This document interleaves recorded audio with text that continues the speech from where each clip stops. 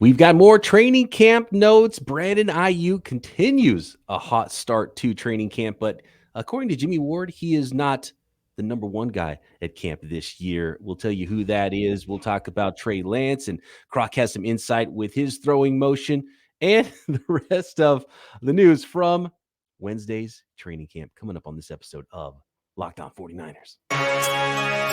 You are Locked On 49ers, your daily San Francisco 49ers podcast, part of the Locked On Podcast Network, your team every day.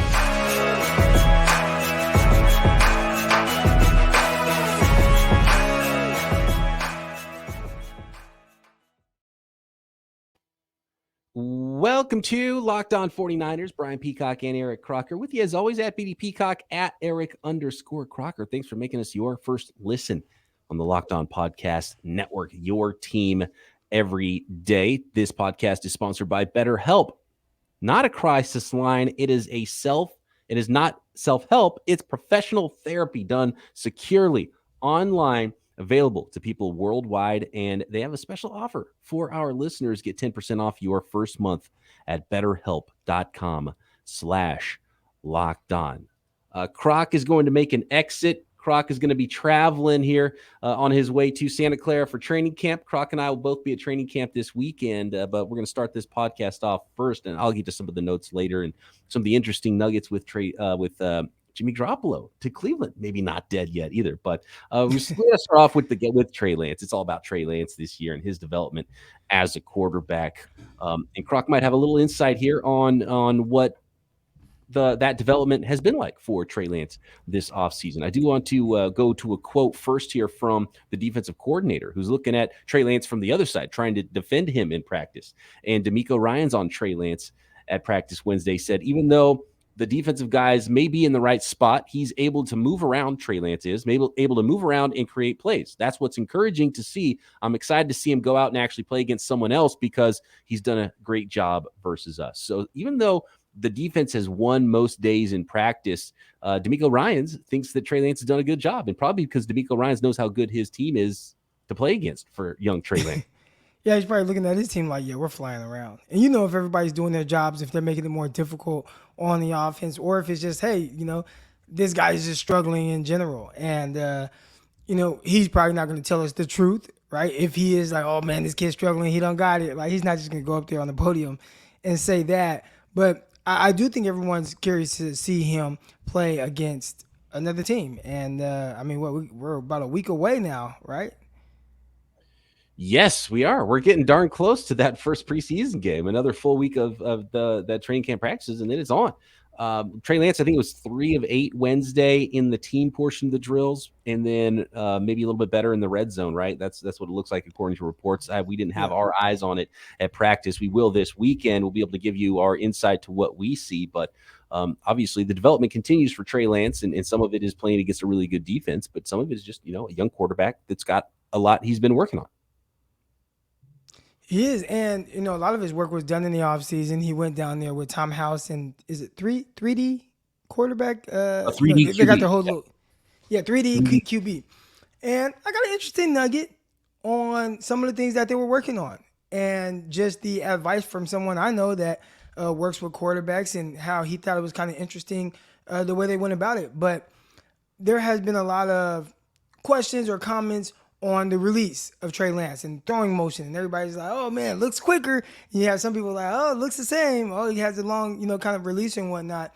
And if you were one that says his release looks the same, but maybe a little bit quicker, which is kind of essentially what everyone's saying, then you are correct, because they did not work on his throwing motion over there. From again, this is from what I'm hearing. Tom House, quarterback guru, he is They work on the biomechanics of throwing a football and everything that goes into that. And he has a philosophy that focuses more on the footwork and not so much the actual throwing motion, because certain things that you do with your feet, the way you use that front step and certain things that they're able to do there will actually quicken up your release. Now, the issue, I guess you could say, with Trey Lance is he has what my buddy calls a timing mechanism in his throw, where he tilts the ball up before he pulls it back and throws. So it just takes a little bit longer.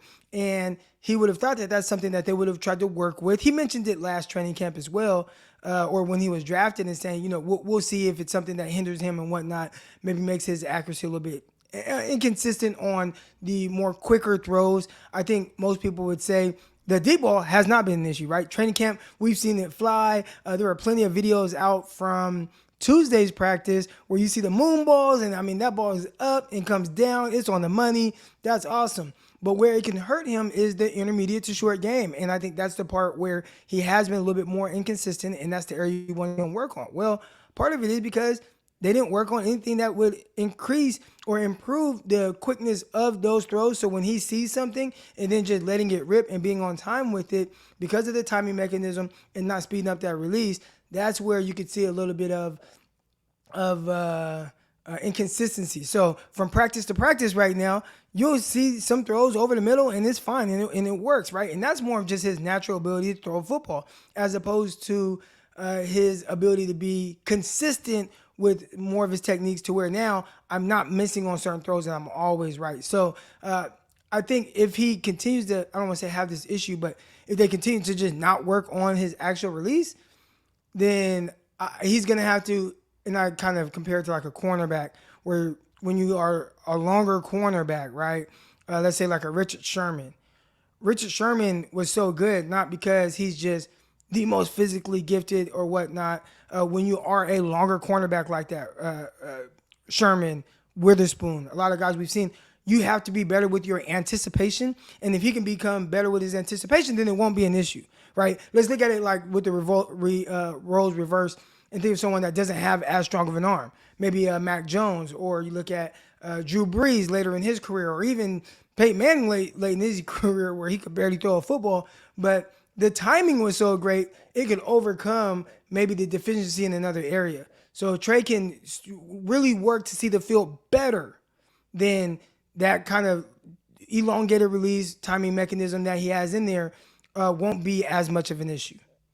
Right. And yeah, even Jimmy G is a perfect example too, because they're so different. And that's why it's going to always look different with Trey Lance and Jimmy Garoppolo, because Jimmy Garoppolo snaps it off so quick and has that lightning release, but doesn't throw as good of a deep ball, but he's able to get the ball out quicker in the short area. Trey Lance is the opposite, throws a great deep ball, he's got a power arm, but on the short and intermediate stuff, it's a little bit longer of a release. And I'm sure that'll tighten up, and that'll be something they want to tighten up. But what's funny with all the arm fatigue stuff in the offseason, the talk was like, because they're reworking his mechanics is why he's going to have arm fatigue. But when you saw him throw in the spring, it was like, well, wait a second, it looks a lot the same as it was before. So what were they really working on? So this all adds up and makes a ton of sense. Plus, Kyle Shanahan's always preaching. You never hear Kyle Shanahan preach about the throwing motion, the upper body motion for quarterbacks. He always preaches the footwork. So I'm not surprised that was the first focus for a Kyle Shanahan quarterback was all feet and all lower half. And if they were working with Eric Crocker or Brian Peacock, then maybe they wouldn't have to focus on their throwing motion at all, right? Maybe our throwing motion is fine enough, and it's just like, let's get their feet right. They do those things, and they'll be able to throw the ball. Our throwing motions are definitely near perfect, so they wouldn't have to mess with that. You're right. Right. But, and, I see this with some of the kids that I work with, and I'll watch them throw a football, and you just see, like, a lot of their mechanics are that, like they're throwing a baseball. And it's completely different. So I've been learning a lot from some of my buddies, because I have some kids and they want to play quarterback. And I'm like, well, I'm not a quarterback trainer, but I call my buddies and I ask, hey, what things should this kid work on? And they'll send me certain things and whatnot. So I'm starting to understand it a little bit more. But as it pertains to Trey Lance, we see these practices where he's good in one practice and then, oh man, not as efficient in the next practice. And I think for him to take the next level of being completely efficient as a passer, they are going to have to work on some of the throwing mechanics that's going to help him in that short to intermediate area. And it's not like, and again, look at Josh Allen. Oh, gosh. I hate using that because it's such a drastic, and he might just be an anomaly, right? But, yes. And there are probably other guys as well. Aaron Rodgers, other guys that had to kind of rework some things, and it just took time. Right? Yeah, absolutely. So, however long it takes for someone to work on something to the point where it's muscle memory, I guess you could say, their muscles are trained to do this, and it's something, hey man, I've been doing this my whole life one way, now I got to fix it. With Trey Lance, it might be something where we gradually see his efficiency improve. And again, maybe it never does. And he just never hits the ceiling of what he potentially can be because the release hinders him enough to where he's not as efficient as he possibly can become. Or maybe it clicks in and he overcomes it with great anticipation. He quickens just a little bit, and now he's great at every level. And there's a scenario where that happens as well. Yeah, and I don't think it's a big problem either. It's just or a problem at all necessarily. It's minor, and he's a young guy. He's going to continue to grow every offseason, every season, and right now that's the least of the concerns. Is just the Are you concerned with any of the inconsistencies in practice? Or do you just think that that's part of the process of, hey, one day he can go 8 of 14, 8 of 15, the next day he can go 7 of 16, right? Like, and then let's say that is the case, right, where there's the inconsistencies in the sense of his efficiency. Is there something that you feel like, you know what, I'll take a little inconsistency if I get this part of his game to be well above average? Yeah, and if there's bigger plays, bigger throws, you're gashing teams, then the efficiency can be a little bit lower, and you can allow that efficiency to slowly grow. But it's hard in camp in some of these practices, like D'Amico Ryans was talking about. Like, we need to see him against somebody else, and we need to make sure that the offensive line can block for him, because I'm more worried about that. I'm more worried about guys in his face all day that he can't hit his back foot and release the ball because there's pressure in his face. That's what I'm more worried about right now, and it might be hard to sort of scout Trey Lance right now in this training camp because of that. So I don't know how much to even put on Trey Lance being erratic, or if it's just a tough situation for any quarterback to be in against that defense with a completely revamped offensive line where your stalwart left tackle isn't even in there a lot. Right. And that's part of it too, where you are going up against a great defense, which should kind of help him, hopefully, and he gets into the games and he's like, this is actually a little easier than practice. And he's a little bit more comfortable. And that has a lot to do with certain things too. Trying to work on things, trying to see the field well, and then it's like, damn, everything is rushed.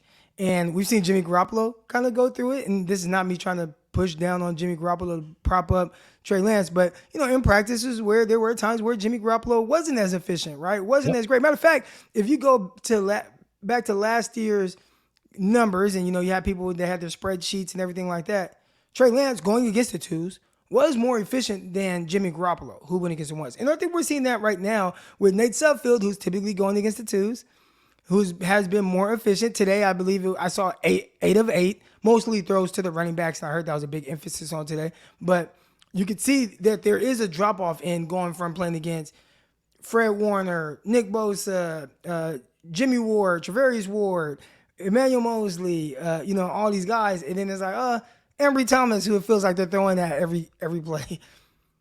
Yeah, that's I can't wait. Again, I keep saying it, but I can't wait to get my eyes on these guys and get our own scouting eye on it, especially have Croc look after these DBs a little bit and some of the wide receivers. And so we'll have some of those firsthand reports for you guys after the weekend.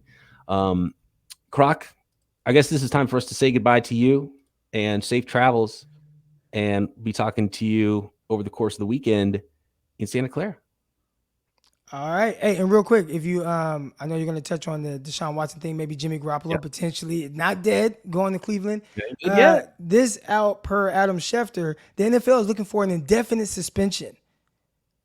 So that's what they've been calling for. That's what they wanted. So yeah, this is definitely not over yet. So we'll get into that next, and some of the other camp reports, and Jimmie Ward talking about what Brandon Aiyuk has looked like in practice, and Nick Bosa, of course, as well. All right, Croc, safe travels. Talk to you this weekend in Santa Clara at training camp. Peace. And there's a good opportunity to let the folks out there know about Built Bar, all the great flavors of Built Bar, Croc's favorite birthday cake puff. There's the new cookie dough chunk puffs at built.com. Delicious, indulgent cookie dough covered in chocolate. That's right. Built has done it again. Real cookie dough chunks, and of course, they're covered in 100% real chocolate. All the joys of eating cookie dough without the hassle of making it. Plus, it's healthy for you. Cookie dough chunk puffs are only 160 calories and have a whopping 15 grams of protein in them. Most Built bars have only 130 to 150 calories and 17 grams of protein, 4 or 5 grams of sugar. So you can feel good about reaching for those Built bars as that treat, and feel good because they are absolutely delicious. So go to built.com and find what flavor you want and get a box of your own, and you can get 15% off with our promo code, whether it's cookie dough chunk puff, any of the other flavors, the classics, which I love, or get a mixed box of Built bars. Go to built.com, use promo code LOCKED15 to get 15% off your order. That is promo code LOCKED15 for 15% off at built.com. All right, here we go. Thanks, everybody, for making Locked On 49ers your first listen every day. For your second listen, make sure you're checking out everything else the network has to offer, including the Peacock and Williamson NFL show, myself and former NFL scout Matt Williamson, talking about the entire league daily, and, of course, Croc's other show here on the network, Locked On NFL Draft. And your team is covered no matter the sport right here on the Locked On Podcast Network. But one of the big stories coming down here this afternoon, Wednesday, I'll get to some of the camp reports with the 49ers first, but Jimmy G to Cleveland, not quite dead yet, because the NFL is officially going to drop the hammer on, or at least they call it appeal, but really, I don't know why it's not an appeal. It's Roger Goodell saying, nope, didn't like 6 games. Here's more games. Now, as we heard Croc just say, the league has been pushing all along, according to reports, for an indefinite suspension, which is a year and maybe plus. So if that's what Goodell throws down here, this is definitely not over. And then it just gets completely off the rails, whether or not now Deshaun, and if it's 2 more games, I don't think they'll make a big deal about it. But it sounded like it's going to be a lot more. And if it is a full year suspension from Roger Goodell on Deshaun Watson, then you could have a lawsuit from the Players Association and Cleveland and Deshaun Watson, and then that could hold things up. But then that could also mean he could play potentially early in the year instead of being suspended, and likely the league is going to win whatever that is. So you have to wonder if the Browns and Watson and the NFLPA will get together, and if they think it's best to sue. And maybe Watson gets that year, but he plays first for a while. Now you're missing half of this year, half of next year. Maybe he plays all year long and it doesn't get resolved till next year. Now he's missing 2023 instead of 2022. So there is a ton of what could be potential outcomes here, but I do think 6 games is a completely unlikely outcome in the end for Deshaun Watson, which could mean Jimmy G to Cleveland could be a possibility now. Still, I don't know if it's necessarily likely. I can't really see a good landing spot for Jimmy Garoppolo right now. We've talked about the New York Giants. There's been really bad reports about what it's looked like with Trubisky, and it doesn't sound like they want the rookie to be in there either in Pittsburgh. So maybe that's a possibility now if the Steelers are looking at Trubisky and thinking, wow, we made a grave mistake, and Jimmy G's clearly better than Mitch Trubisky. Maybe they'll just look at it and say, it's not even that expensive to go from Trubisky to Jimmy G right now. Let's go win some games and do that. So maybe that's a possibility now. I don't know what the future is going to look like for Jimmy Garoppolo, but he's been throwing every day at practice, and he threw in front of the cameras. He was talking to Ian Rappaport. I haven't seen Rappaport mention what they were talking about. So there's definitely an end game for Jimmy G. And Jimmy G's folks have been almost too okay with not being released yet and going through the rest of his rehab process and getting ready to get 100% cleared. And he already passed his physical, but I don't think he's ready to play 100% in practice yet or anything like that. So Jimmy and his agents have been a little too okay. I think there's a little more to a plan there. Do they have an idea of a team that could be interested if they just wait? Are they just waiting it out to see what happens with this Watson thing? Maybe somebody else gets injured but something's got to happen pretty soon. I can't imagine Jimmy's still on the roster when these preseason games start next week. So some point in the next week, something has got to give with the Jimmy Garoppolo situation. And it's not impossible. It is not impossible that he still ends up with the Cleveland Browns. There is just so many possibilities with the Cleveland Browns situation, Deshaun Watson. The other part of the Deshaun Watson thing is the money. So, and I think this is part of why the league is so pissed at Deshaun Watson and the Browns and all this, and really want to drop the hammer on him, not even because of the sexual assault stuff. And that's obviously what everyone else cares about, but the league is also seeing how they circumvented the fine process with this. And he had that really low salary in 2022. If Deshaun Watson pushes this out and say there's a lawsuit that extends through the 2022 season and Watson plays this year, but then has to serve a suspension in 2023 instead, now his salary kicks in. Now he's getting fined. He's getting suspended without pay. So now the fine, instead of being whatever, $300 and something thousand that would have been with a 6-game suspension, now he's losing millions and millions of dollars. And so maybe he might say, look, that's not even worth it. So whatever the league throws down here, we almost can't fight it. Maybe we'll try to fight it. And as soon as it gets close to the season, then we'll just say, hey, no, never mind.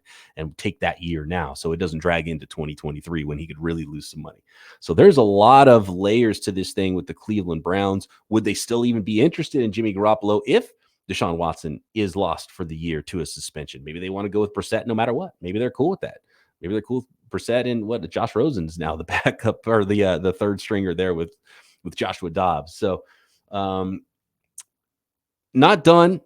Jimmy G to Cleveland, not dead yet. The Deshaun Watson story still not over, and it's unbelievable. At least the Debo story finally ended, right, for the 49ers, and everyone's feeling good about that, and we're seeing Debo on the practice field. But the Deshaun Watson stuff, the Jimmy G stuff, it just seems like it's never going to end. But, man, it has to at some point soon, especially with Jimmy G. So we may find out. We may get word at some point over the course of the next week with Jimmy G, and who knows how long the Deshaun Watson stuff is going to take. Next, let's get into some training camp notes. What do the 49ers look like on the field in practice number 7 Wednesday? We've got some great quotes about those things from the players themselves. But first, I want to let the folks out there know about BetterHelp. BetterHelp is online therapy. It is not self-help. It is not a crisis line. Professional therapy done securely online, which is really important, available to people worldwide. BetterHelp Online Therapy will assess your needs, can match you to your own licensed professional therapist in less than 48 hours. And it's a really easy process. You go on BetterHelp.com/lockedon and you answer a few questions and they set you up with the right therapist for you. And if it turns out that therapist is not right for you, and it can take a few tries to find the right fit for you, BetterHelp makes it easy and free to change therapists if that is needed. It's more affordable than traditional offline therapy, and financial aid is available. So use BetterHelp, a great way to invest in yourself. And a lot of people need it. I know I have needed it, and especially post-pandemic. It's an odd time.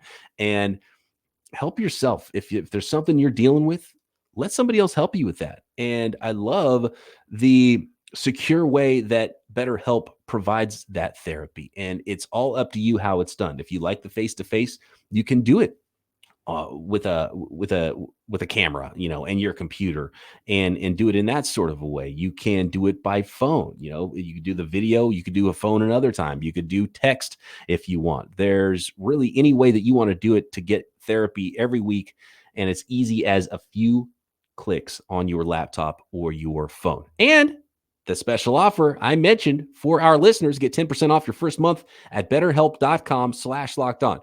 That's 10% off your first month of online therapy at BetterHelp, HELP.com/lockedon.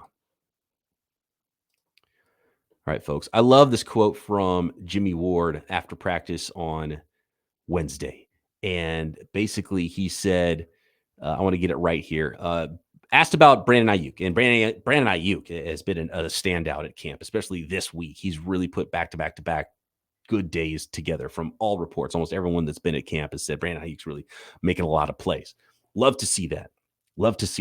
Jimmie Ward on Brandon Aiyuk, quote, he's having the best camp out of everybody on the team. Well, besides Bosa. He basically said, not counting Bosa. Bosa's Bosa. He's in a different category. But aside from him, he's having as good a camp as anybody against that defense. And it's been tough going against the defense. So he's had to make plays. He's made plays with guys around him, which I love seeing. I love seeing the contested catches from Brandon Aiyuk. Jimmie Ward went on to say, quote, BA has taken his game to another level. It's crazy. He said he's lost to Aiyuk in every one-on-one rep so far, but, quote, I'm going to get him. So high praise from Jimmie Ward on Brandon Aiyuk. And I don't know if Brandon Aiyuk is going to be in that, wide receiver 1 category, or if it's going to be a clear wide receiver 2 to Brandon Aiyuk or to Deebo Samuel's wide receiver 1. Is there enough balls? Is there going to be enough balls to go around with the volume of passing, with the run game that I no doubt is going to be a factor in Kyle Shanahan's offense, especially with developing a young quarterback like Trey Lance? Is there going to be enough balls to go around to feed Aiyuk and give him that sort of level of like year 3 breakout? This guy's a wide receiver 1 in the NFL. When you got to feed Debo, you got to feed George Kittle in the offense, the running game. Trey Lance is going to carry the ball himself quite a bit more than we saw in the Jimmy Garoppolo era, right? So I don't know if he's more of a wide receiver 2 or if it's a 1A, 1B with Deebo Samuel, but you love it. It's important for him to be that guy on the other side, and really nice fit too stylistically with how Brandon Aiyuk wins. If he can start winning more contested catches in those contested balls and make some down the field plays as an X wide receiver. And then you got Debo as a Z and moving around and do all the things that Debo does. And then George Kittle over the middle, right? So a nice complement of flavors there for the 49ers offense, and Trey Lance in the passing game. So you just hope that he has time in the pocket to make those sort of throws. Speaking about the pocket, Mike McGlinchey coming back from that nasty quad injury, he said he feels fantastic. And so good signs there. He says, quote, "I feel really good. I feel 100% healthy. Feel I'm moving faster, more explosive, stronger, all those cliches you want," which is good. And I was a little bit worried because one of the first reps I saw him in camp, because he wasn't working a lot of the team drills early in camp, but he was doing some some almost like walkthrough type stuff and some of the early portions of practice stuff. And I saw one where they do this combo block thing with the coach is holding the bag and two offensive linemen walk off the coach with the bag. And it looked like he was limping quite a bit. And so I was a little bit worried how quickly he's going to be coming back. So I'm going to be focusing on the offensive line a lot when I'm in Santa Clara this weekend anyway. And Mike McGlinchey is going to be one of those. I want to see how he's moving. If he does look like he's moving 100%, because it looked like there was still a little bit of a hitch of the clips I saw early in camp, but I haven't seen a lot from him. That was just just a couple of very short clips I've seen from Mike McGlinchey so far. So really important with the development of the offensive line. The good reports from the rookie 4th rounder Spencer Burford at right guard, and Jason Poe is actually winning a lot of one-on-one reps. The undrafted free agent who's been playing some guard, and I thought he might line up and try to do some center as well. He's going to need that versatility inside if he's going to make the roster, but maybe there is an opportunity for Jason Poe to make the roster. Winning the leverage battle, and which is a good sign for someone as short as he is. You got to at least win those leverage battles, and he is. Looking at some of the other quotes, post-practice Wednesday, DeMeco Ryans at the podium, talking about Javon Kinlaw and what he wants to focus on. And this one's really no shock at all to me because it's something I've talked about a lot. Javon Kinlaw, he's a beast. He's big and strong, and he can move people out of the way. And for how big he is, he can move too, and he can be explosive at times. But as DeMeco Ryans put it, quote, technique, technique, technique. The only thing Kinlaw needs to focus on is improving his technique, end quote. That's what DeMeco Ryans said about Javon Kinlaw. So, clearly he's got to stay healthy, be on the field. He looks like he's in phenomenal shape. I mean, scary, this dude, if you're lining up against him, right? But technique is important because really good, sound offensive linemen can get under him and move him out of the way. And if he's, in the wrong place, and we've seen it multiple times, he'll make a splash play, and sometimes he'll just, for how talented he is physically, he's moved way out of the way, and that gate is swung open against the run game at times. So technique is really important on the interior for Javon Kinlaw. So that's also something that's going to be important to watch. And another thing I'll be looking out for very keenly in Santa Clara this weekend. I want to talk about something that we there's been a lot of talk about Deebo Samuel every day since he signed that deal, and pretty much every day since before he signed his deal as well. But a quote from Deebo Samuel about the running back usage, about his thoughts on it. And it's really obvious at this point that Deebo Samuel's whole thing, this whole offseason, was never about usage. It was clearly about money. He's negotiating a contract, but it was just the playbook. He was going through the playbook as his agent called the plays, just like he attacked, just like he is, he is that player you want. Kyle Shanahan puts together the playbook. He calls the plays, and Deebo Samuel is all about the action, right? And I think that's just how he attacked the negotiation. I think that's what all of it was this whole offseason. And maybe, some hurt feelings here and there, negotiations, that's how they are. But I think it was all about the negotiation for Deebo Samuel and doing what his agent, doing the plays his agent called, and doing them to the best of his ability and attacking those plays. If you're an arm tackle in the negotiation, Deebo Samuel's going to blow right through it. And that's just how he lives life. That's why he got the nickname Deebo in the first place. But when he was asked about those reports that he was upset with heavy usage at running back and down the, especially in the second half of last season, and the wide back that he was all about, it seemed like at the time, he says, period, that's false. There was a lot of things that came out that I wanted to speak on, but at the end of the day, I wasn't allowed to. Again, he was just following the playbook that his agent put together for him to negotiate that contract, which he ended up finally signing and getting into camp. He goes on to say, quote, "You can turn on the tape, go back to the Cowboys game. It kind of shows what kind of player I am. And also, you can go turn on the Pro Bowl tape and what I said about being a wide back. I don't mind doing whatever it takes for this team to win." And I love that quote so much because Debo is all about the action. He always has been. And if they need to dial something up for Debo, there's no limits on what he's going to be able to do in Kyle Shanahan's offense. Now, and Kyle talked about it. He's like, look, when he was in communication with Debo Samuel, he says they're on the same page. And I think it's the same page that we've been on all offseason long here on the podcast talking about, okay, we don't need to go as far as he's the running back and carrying the ball 10 times a game and running between the tackles and get tackled by 300-pound dudes. That is not necessary for Debo Samuel. It went a little bit too far in some cases last year. But if he's carrying the ball 3 times a game, he ends up with 51 carries next year for 350, 400 yards, and a handful of touchdowns again. That's fine because as long as he's not getting pounded into the dirt and getting treated fully like a running back. And there's a full offseason now for Kyle Shanahan to know how to use that. Now that they've seen that, because that all came about midseason, now he's sat around and thought about it, drawing up plays for Debo. Decoy out of the backfield, throwing him the ball out of the backfield, I think will be massive in slowing down a pass rush potentially. Little screen passes, things like that. Just ways to get him the ball in space and let him go be that runner after the catch that he is. So I love hearing the quote from Debo Samuel, and I can't wait to see how he's utilized this year because I think there's even more that Kyle Shanahan could do with Debo Samuel aside from just being like, okay, now you're a running back and we're going to run a counter, right? There's a ton more to the Debo Samuel story, I think, and being the wide back. So we'll see what that ends up looking like. I'm pumped to be at training camp this weekend. Got a very special episode to end the week. This week, I'll be recording it Thursday evening with Rob Guerrera. You know him as Stats, doing podcasting for the Niners Nation, SB Nation. And we're going to talk 49ers while Croc is in transit to Santa Clara. So it's going to be a very special episode tomorrow. So if there's something you want us to talk about, Rob and I on tomorrow's week-ending podcast, let me know at BD Peacock. I appreciate everybody for making Locked On 49ers your first listen. Remember, for your second listen, check out everything else on the network, including Peacock and Williamson, Locked On NFL Draft. Your team is covered right here.